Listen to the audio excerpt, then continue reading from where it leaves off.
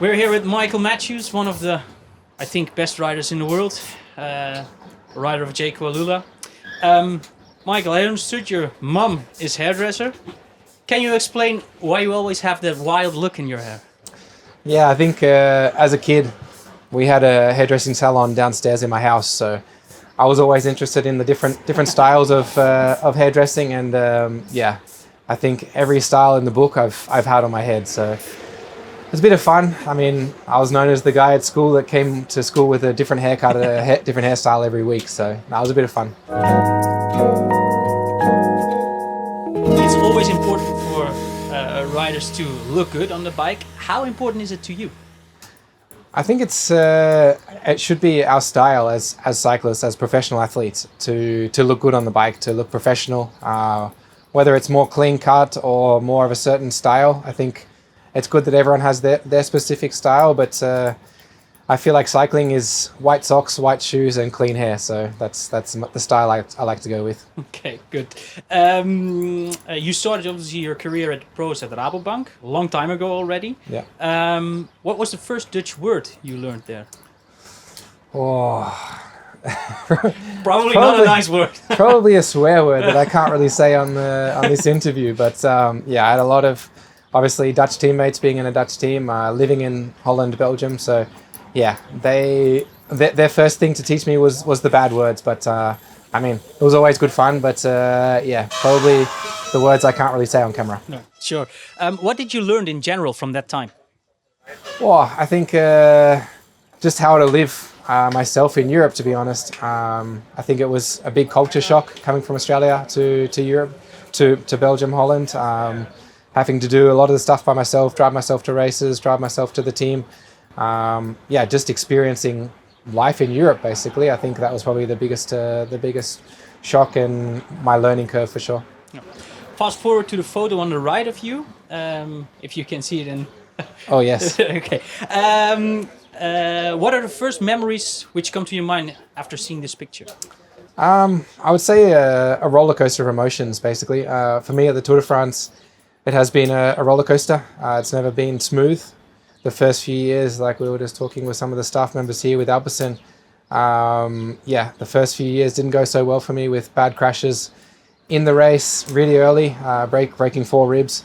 The year before that, I crashed the day before I was meant to fly to the Tour de France, so I flew the Tour de France covered in bandages. So yeah, it's been a roller coaster. So I mean, to stand on that podium in Paris with the green jersey on my back with 2 stage wins along the way was yeah, I think something that's been building up for a lot of years, and finally it came together.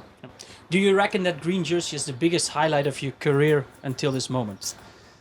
Yeah, I think it's obviously the sprinter's holy grail and dream is to win that green jersey. I think you saw, yeah, with every green jersey winner, it means so much to bring that green jersey to Paris and wear it on the podium. It's really the biggest thing we can win as sprinters. So for me, I'm not a pure sprinter, let's say, but to win the green jersey my way was obviously more difficult than probably trying to win at a normal pure sprinter's way. But yeah, the green jersey has points through 21 stages.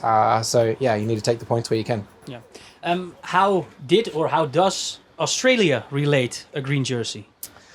I think it's quite massive for us because we have a lot of history with the green jersey, with Robbie McEwen winning it, I think 3 times maybe. Yeah, I think so. With Baden Cook winning it, I think 1 or 2 times also, maybe more. Once, I think, but no, it doesn't matter. Yeah, the exact numbers I'm not sure, but yeah, watching those guys when I was a kid winning the green jersey, I think the battle that Robbie and 𝗵𝗶𝗶𝗹𝗶𝗁 had, I think it came down to the final sprint in Paris, who was going to take the green jersey between those two, and 𝗵𝗶𝗶𝗹𝗶𝗁 took it over McEwen that final sprint. So, I mean, I think for us as Australians, it's a really key jersey that we have been quite successful over the years in the Tour de France, and yeah, I was dreaming to putting my name up with those guys too. Yeah.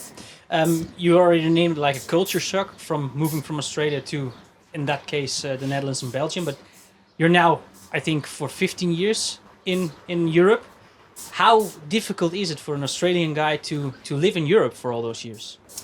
I think for me personally, I was lucky and privileged enough to find an amazing wife that I have, and sort of adopt her family as my family. I think being here by yourself for this amount of time would be quite difficult, but yeah, I'm really lucky with my wife and her family, and now my beautiful daughter, that we have our life here now. And I think for me, moving back to Australia is not really even an option anymore. I'm really resided here in Europe, and I love Europe. I mean, Australia is always going to be my home, where I'm from, but yeah, I think I've spent most of my adult life here in Europe now, so yeah, really feeling at home here in Europe.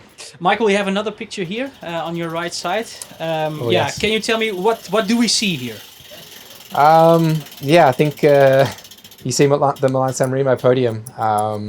Yeah, obviously mixed emotions about that podium. Yeah, my glasses falling off with 50 meters to go in the race, and 𝗵𝗲𝗋 just coming around on the line.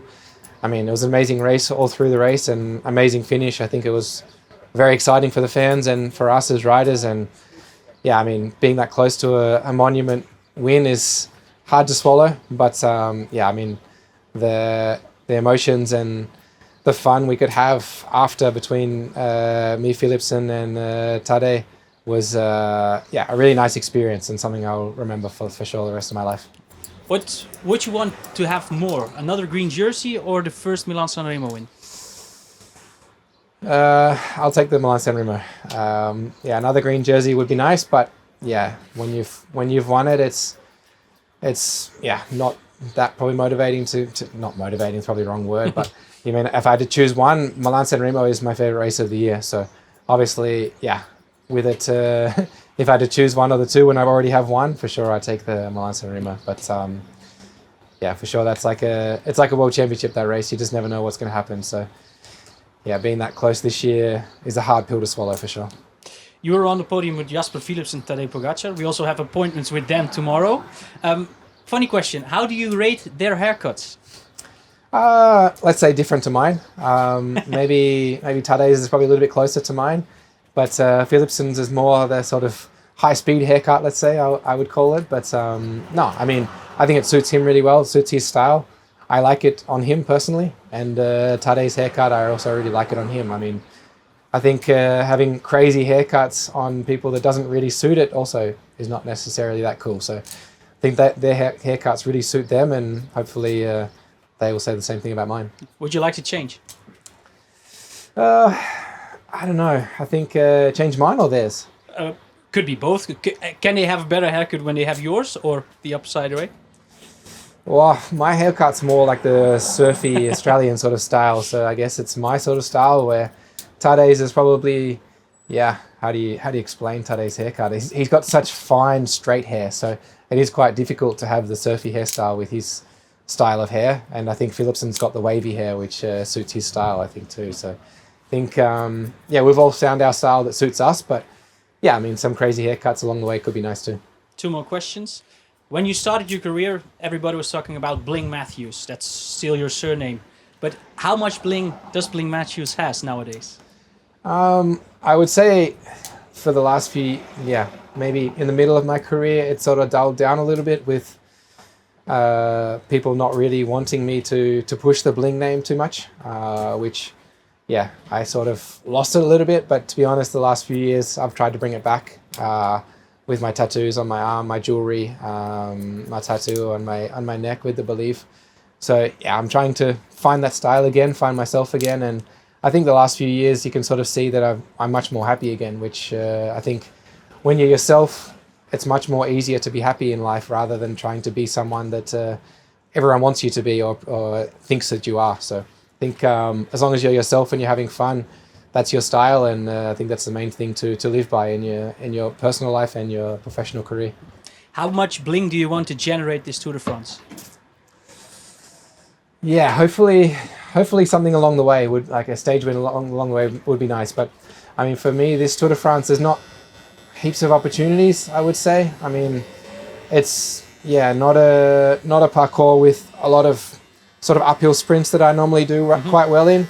I mean, for sure there's options along the way, but yeah, hopefully I can take the opportunities when they come, but when you look at the parkour, it's not amazing for me. There's a lot of flat sprints and a lot of big mountain days. So we'll see. Hopefully I can use the opportunities that I get, and I'm coming here with good shape. So hopefully I can bring something home along the way. Thanks a lot, Mike. Thank you.